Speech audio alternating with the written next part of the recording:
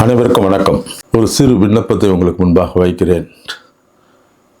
எங்களுடைய இந்த பணிகள் உங்களுக்கு பிடித்திருந்தால் எங்களுக்கு உதவி செய்ய வேண்டும் என்று விரும்பினால் நீங்கள் இதில் கொடுக்கப்பட்டிருக்கிற இந்த ஜிபே மூலம் எங்களுக்கு உதவி செய்யலாம்.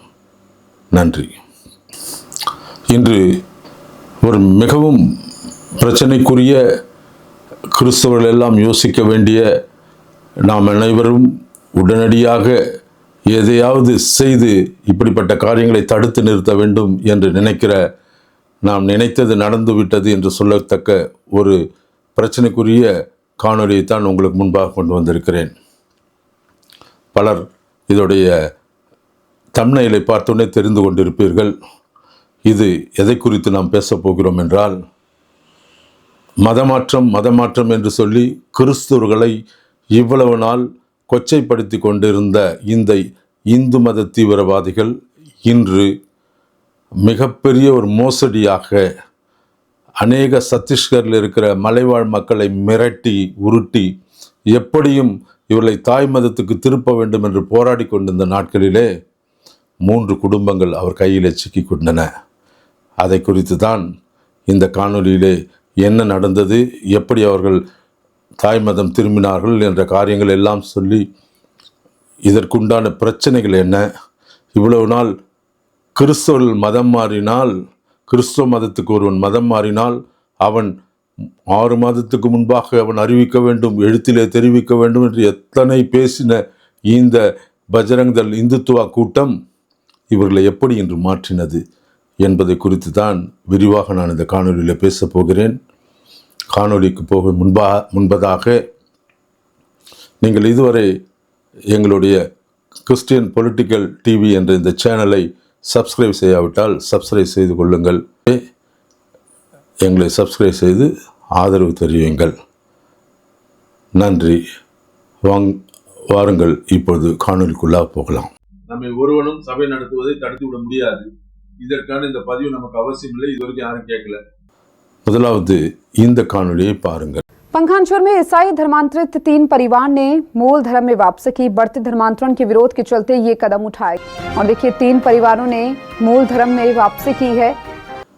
3 கிறிஸ்தவ குடும்பங்களை சத்தீஸ்கர் மாநிலம் பகஞ்சூர் என்ற கிராமத்திலே, இந்த கிராமம் கான்கர் என்ற டிஸ்ட்ரிக்டிலே வருகிறது. இந்த கிராமத்திலே 2 நாட்களுக்கு முன்பாக 3 கிறிஸ்தவ குடும்பங்களை இந்து மதத்துக்கு திரும்பினார்கள் என்று கொண்டு வந்து இங்கே உட்கார்ந்து இவர்களை பூஜை பரிகாசங்கள் செய்து இவர்கள் மேல் புனித நீரை தெளித்து எல்லாம் செய்துவிட்டு இவர்களுடைய தாய் மதத்துக்கு திரும்பிவிட்டார்கள், இந்து மதத்துக்கு வந்தார்கள் என்று ஒரு பஜனை கூட்டம் இங்கு செய்வதை பார்க்கிறோம். இவர்கள் யார்? 3 குடும்பங்களும் பின்தங்கிய ஒரு மலைவாழ் மக்கள். இவர்களுக்கு குறித்த முழு தகவலும் ஏன் நீங்கள் சொல்லவில்லை இந்த வீடியோவிலே, அந்த இடத்துல ஏன் சொல்லவில்லை? காணொலியை நான் பின்பக்கம் முழுமையாக பேசுகிறேன். காணொலியை கடைசி வரைக்கும் பாருங்கள். இதை பார்த்துவிட்டு உங்கள் பதிவுகளை துல்லியமாக எழுதுங்கள். இது மத்திய மாநில அரசுகளுக்கு மிக எச்சரிக்கையான ஒரு செய்தி. இதை கொண்டு இந்தியா முழுவதும் அல்ல, உலகம் முழுவதும் ஒரு புதிய ஒரு காரியத்தை உண்டாக்க வேண்டும் என்ற நோக்கத்திலே பேசுகிறேன். இதை கவனித்து பாருங்கள், கடைசி வரைக்கும் பாருங்கள். உங்களுடைய மேலான கருத்துக்களை நீங்கள் பதிவு செய்யுங்க, உங்கள் கண்டனங்களை தெரிவிங்க, உங்கள் எண்ணங்களை வெளிப்படுத்துங்க. இன்னும் அதிகமாக பேசுவேன். என்ன நடக்கிறது? 3 குடும்பங்களை இவர்கள் கொண்டு வந்து விட்டார்கள் என்று இங்கு பேசப்படுகிறது. இந்த காணொலியும் பார்த்துருங்க.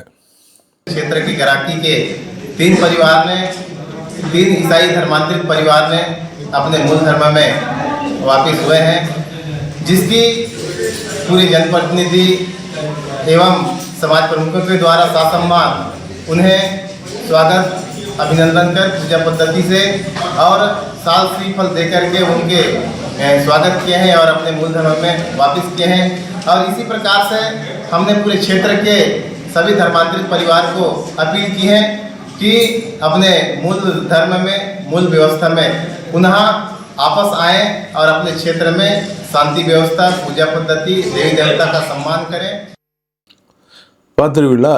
இந்த இந்துத்துவவாதிகள் தான் அந்த சத்தீஸ்கர் மாநிலத்திலே இந்த மக்களை பிடித்து வந்தவர்கள் இவர்களை கொண்டு வந்து ஒரு ஒரு மதகுருவிடத்தில் விடுகிறார்கள். அந்த 3 பேரும் எப்படி தரையில் உட்கார வச்சுருக்கான் பார்த்தீங்களா? ஏனென்றால் அவனை இவன் தொட்டு கூட பேச மாட்டான், அவன்கிட்ட அவனை தொட மாட்டான். எப்படி தண்ணி தெளித்தான் பார்த்தீங்களா அவன் மேலே? கிறிஸ்துவத்துக்கும் மற்ற மதத்துக்கும் இருக்க வித்தியாசம் என்ன பார்த்து தெரிஞ்சுக்கோங்க.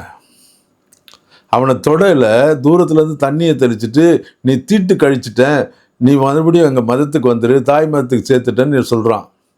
இந்த நிகழ்வே இவர்களுடைய சமத்துவத்தையும் இவர்களுடைய தீண்டாமையும் இவர்களுடைய காரியங்களையும் இங்கு வெளிப்படுத்துகிறது. அதை குறித்து நான் பேச வரவில்லை. நான் பேச வருகிறது என்னால் வலது கைக்கும் இடது கைக்கும் வித்தியாசம் தெரியாத இப்படிப்பட்ட மக்களை நீங்கள் எப்படி அச்சுறுத்தி இதை கொண்டு வந்தீர்கள்? அவர்களை பேச விட்டு மைக்கிட்ட கொடுக்க வேண்டியதானே? இந்த டிவி ரிப்போர்ட்டர் போய் பேச போகிறான், அவர்களை பற்றி எந்த தகவலையும் சேகரிக்க விடவில்லை, அந்த 3 குடும்பங்களோடு பேச விடவில்லை. இதுதான் தகவல். அப்போது என்ன நடக்கிறது? இது கட்டாய மதமாற்றம் இல்லையா? நீங்கள் எங்களை சொல்கிறீங்க கிறிஸ்துவர்கள் கட்டாயமாக மதம் மாற்றிட்டாங்கன்னு, இது கட்டாய மதமாற்றம் இல்லையா? இவளை எப்படி இவங்க கொண்டு வந்தாங்க? வாய்க்கிழிய பேசுகிற இந்துத்துவவாதிகளுக்கு கேட்கிறேன், ஒரு கிறிஸ்தவன் ஒரு பாதிரியார் ஒரு திருச்சபையிலே ஒரு இந்துவை கிறிஸ்தவனாக மாற்றினான் என்றால் அவனுக்கு 1 லட்சம் ரூபாய் 1 கோடி ரூபாய் பெனால்ட்டி போடுவோம், அவனை சிறையில் போடுவீங்க, அவனை துன்புறுத்துவீங்க, அவன் சர்ச்சை அடிப்பீங்க, எல்லாம் பண்ணுவீங்க. இப்போ இவனுக்கு என்ன தண்டனை? இவங்க யார்? எது அவர்களுடைய தாய் மதம்? அவள் எப்படி வந்தார்கள்? மனப்பூர்வமாக வந்தார்களா? சொல்லுவாங்களா? மைக்கு கொடுத்து கேளு அவனை.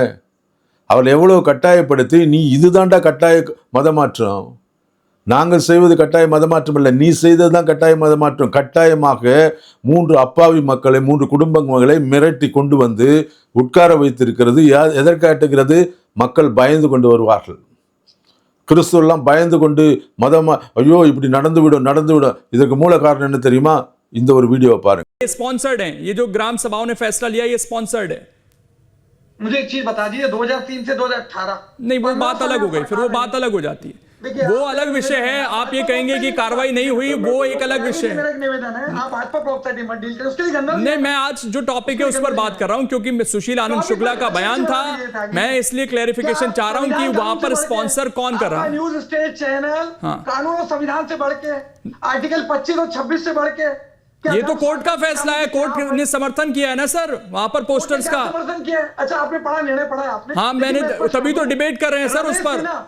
उन्होंने बोला कि ठीक है, वहां पर याचिका लगाई गई थी होर्डिंग्स हटे, कोर्ट ने कहा नहीं ठीक है, वहां पर लगने चाहिए।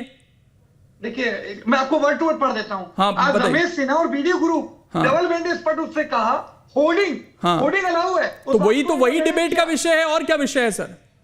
देखिए, होर्डिंग अलाउ है, मैं होर्डिंग का विरोध नहीं कर रहा। तो आपने कहा कि कैसे किसी को रोक सकते हैं आने से? होर्डिंग में तो वही लिखा हुआ है ना कि नहीं अलाउड है, यहाँ पर ये धर्मांतरण करते हैं। खैर, मैं लौटता हूं आपके पास, ठीक, मैं लौट रहा हूं। பார்த்துருக்கலாம் இந்த வீடியோ.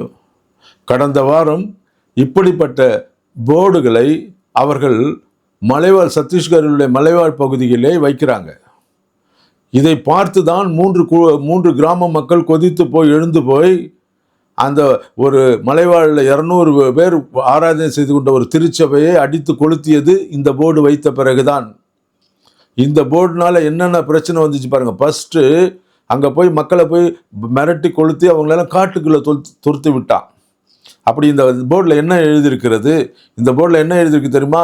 இனி எங்கள் ஊருக்குள்ளே யாரும் கட்டாயமாக மதம் மாற்றக்கூடாது, யாரும் வேறு மதத்துக்கு போகக்கூடாது, தன் மதத்தை விட்டு வெளியே போகக்கூடாது. அப்படி போனீங்கன்னா உங்களெல்லாம் ஊரை விட்டு விலக்கி வச்சுடுவோம், இங்கே யாரும் இருக்கக்கூடாது, எங்கள் ஊருக்குள்ளே யாரும் வரக்கூடாது என்று கடினமான வார்த்தைகளை போட்டு மிரட்டலாக வைத்திருக்கப்பட்ட போர்டு தான் அது. இந்த போர்டு மிகவும் சர்ச்சைக்குரிய விஷயமா இருந்தது. இதை குறித்து தனியாக ஒரு வீடியோ போடணும்னு நினச்சேன். அதுக்குள்ளே இந்த காரியம் வந்ததாலே இந்த போர்டு வைத்த பிறகு தான் சத்தீஸ்கரிலே மிகப்பெரிய பிரச்சனை ஆரம்பிச்சிருக்கு. இதில் எழுதப்பட்டிருக்கிறது. இப்படி எழுதுறது நிமித்தம் தான் அங்கே மிகப்பெரிய கலவரங்கள் வந்து கொண்டிருக்கிறது. அங்கே போய் மக்கள் எல்லாம் இதற்கு மேல் இந்து மதத்தை விட்டு யாரும் போகக்கூடாது, போனவெல்லாம் திரும்பி வா. அந்த பேசுனானே அந்த கும்பலாக இருக்கிற என்ன தெரியுமா பேசுகிறான்? நீங்கள் வெளி மதத்துக்கு போயிட்டீங்க, எல்லாம் தயவுசெய்து திரும்பி வந்துடுங்க, வந்து விட்டால் உங்களுக்கு நல்லது என்று எச்சரிக்கையாக பயமுறுத்துகிற ஒரு செய்தியை சொல்கிறான். ஆர்டிகல் 25 இந்திய அரசியலமைப்பு சட்டம் 25 சொல்லுகிறது, நீங்கள் எந்த மதத்தையும் ஏற்றுக்கொள்ளலாம், எந்த மதத்தையும் தழுவலாம், எங்கு வேண்டாலும் மதத்தை பரப்பலாம் என்று சொல்லி. ஆனால் ஆர்டிகல் 25க்கு எதிராக இவர்கள் எப்படி பலவந்தமாக இந்த RSS பிஜேபி பஜ்ரங்தள் கூட்டம் தங்களுள்ளே வைத்திருக்கிற ஆட்களை வைத்து எப்படி பயமுறுத்தி இவர்கள் 3 பேரை கொண்டு வந்தார்கள். இது ஏன் தேசிய செய்தியாகவில்லை? இது ஏன் கட்டாய மதமாற்றத்துக்குள்ளாக ஏன் வரவில்லை? அதுதான் என் கேள்வி. உச்ச நீதிமன்றம், அங்கே இருக்க காவல்துறை என்ன செய்துகிட்ட? ஒரு பாஸ்டர்னா நேரம் ஓடி வந்திருப்பீங்க, கைது பண்ணி. இவங்களை ஏன் நீங்கள் எதுவும் கேட்கல? அப்போ இந்த இந்தியாவிலே, தேசத்திலே கிறிஸ்தவன் என்ன கிள்ளுக்கரையா இருக்கிறானா? நாங்கள் என்ன 3வது தர மக்களா? நாங்கள் என்ன வெளிநாட்டிலேருந்து வந்தோமா? நாங்களும் இந்த தேசத்தின் மண்ணின் மைந்தர்கள் தானே, எங்களுக்கு உரிமை இல்லையா? அப்போ இதெல்லாம் யார் கேட்கணும்? இங்கே இருக்கிற அரசியல்வாதிகள், இங்கே இருக்கிற தலைவர்கள், இங்கே இருக்கிறவன் கேட்கணும் இல்லையா?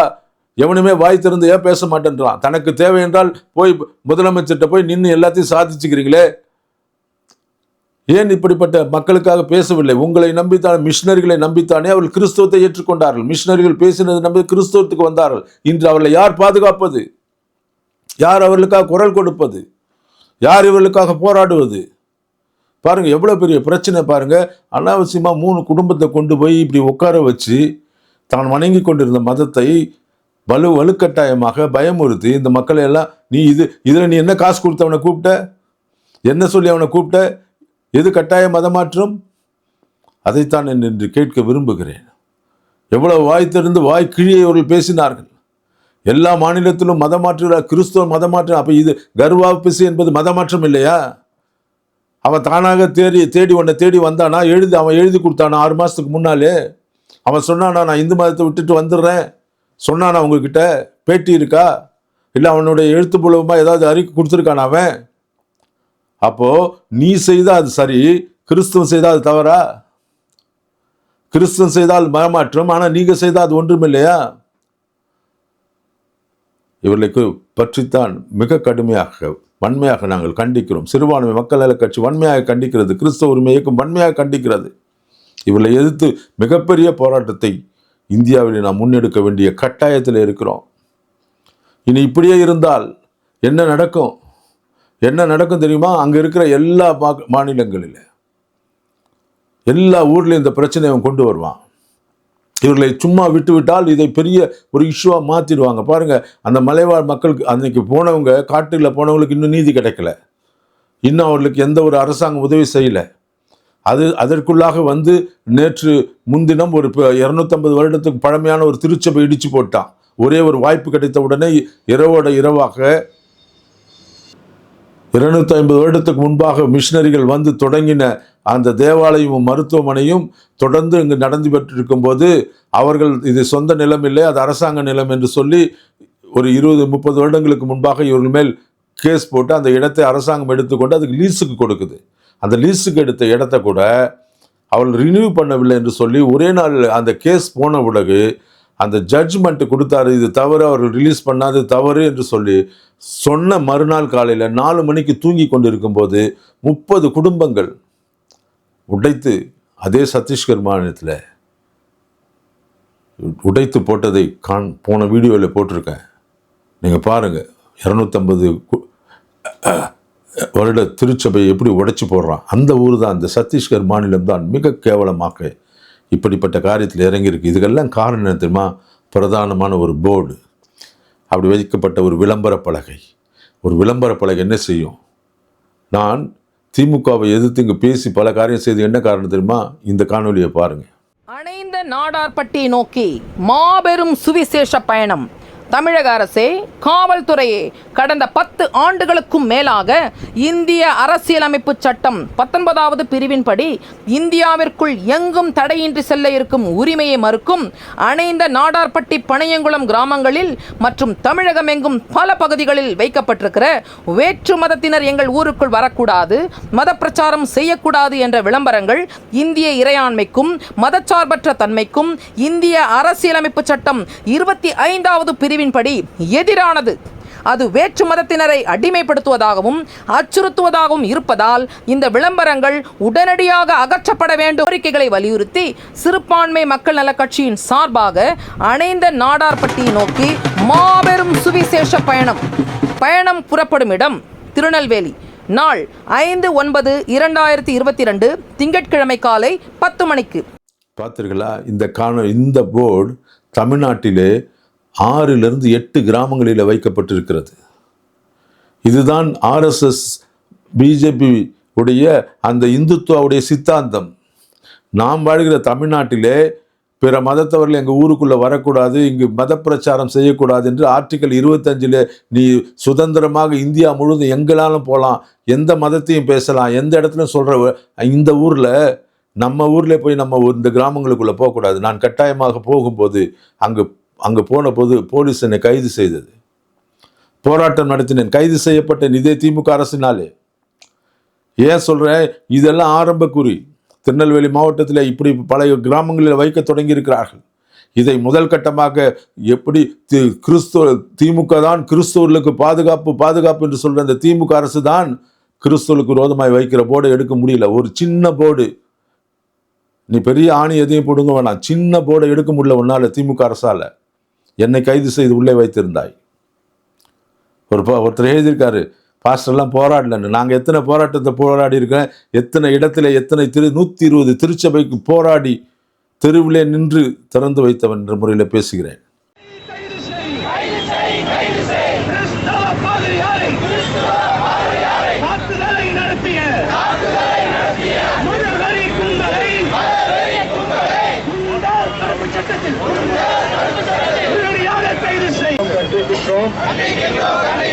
வன்மையாக கண்டிக்கின்றோம்.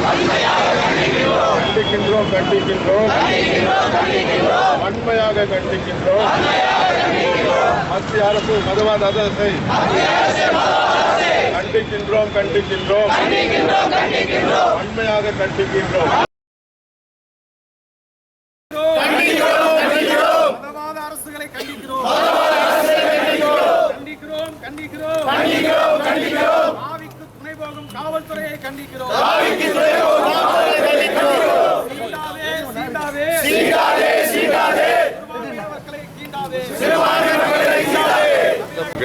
ஒரு மாபெரும் கண்டனத்தையும் காவல்துறைக்கு எதிராகவும் இந்த மதவாத அரசுகளை எதிர்த்தும் நாங்கள் இந்த நாளிலே வந்து ஒரு கண்டன அறிக்கையை நாங்கள் காவல்துறை அதிகாரிக்கு கொடுக்க வந்திருக்கிறோம். எங்களுடைய நோக்கம், இந்த நாட்டிலே மதவாத ஆட்சி நடைபெறுகிறபடினாலே தமிழகத்திலே கிறிஸ்தவர்கள் தங்கள் தேவாலயங்களை நடத்த விடாதபடிக்கு சூழ்ச்சியாக பல சபைகளை மூடிக்கொண்டிருக்கிறார்கள். போலீஸ் காவல்துறை உதவியுடன் பல ஆலயங்களை மூடிவிடுகிறார்கள்.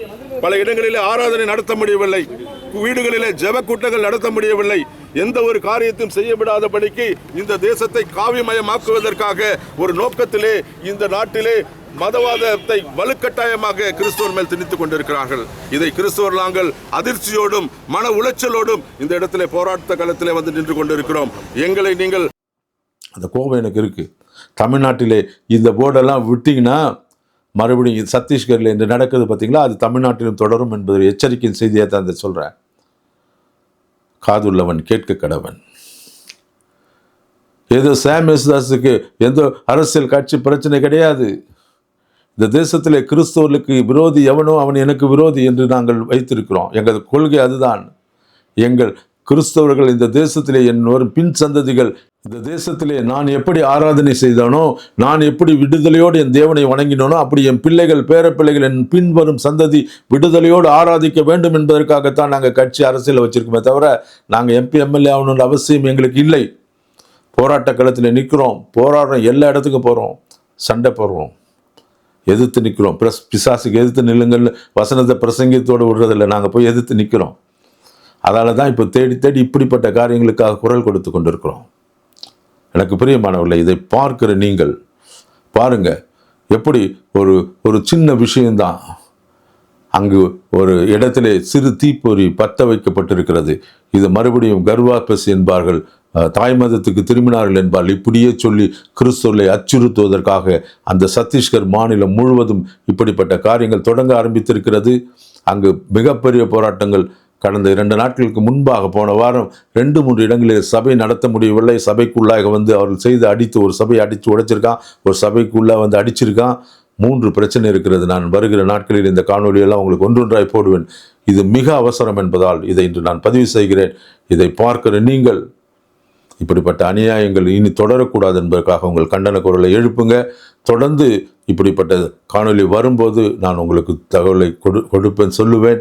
நீங்கள் இதை தொடர்ந்து பாருங்க, மற்றவர்களுக்கு பகிருங்க, இதை ஷேர் செய்யுங்க, எங்களை நீங்கள் தொடர்ந்து உற்சாகப்படுத்துங்க. மற்றொரு காணொளியில் சந்திக்க வரை உங்களிடத்தில் விடைபெறுகிறேன். நன்றி, வணக்கம்.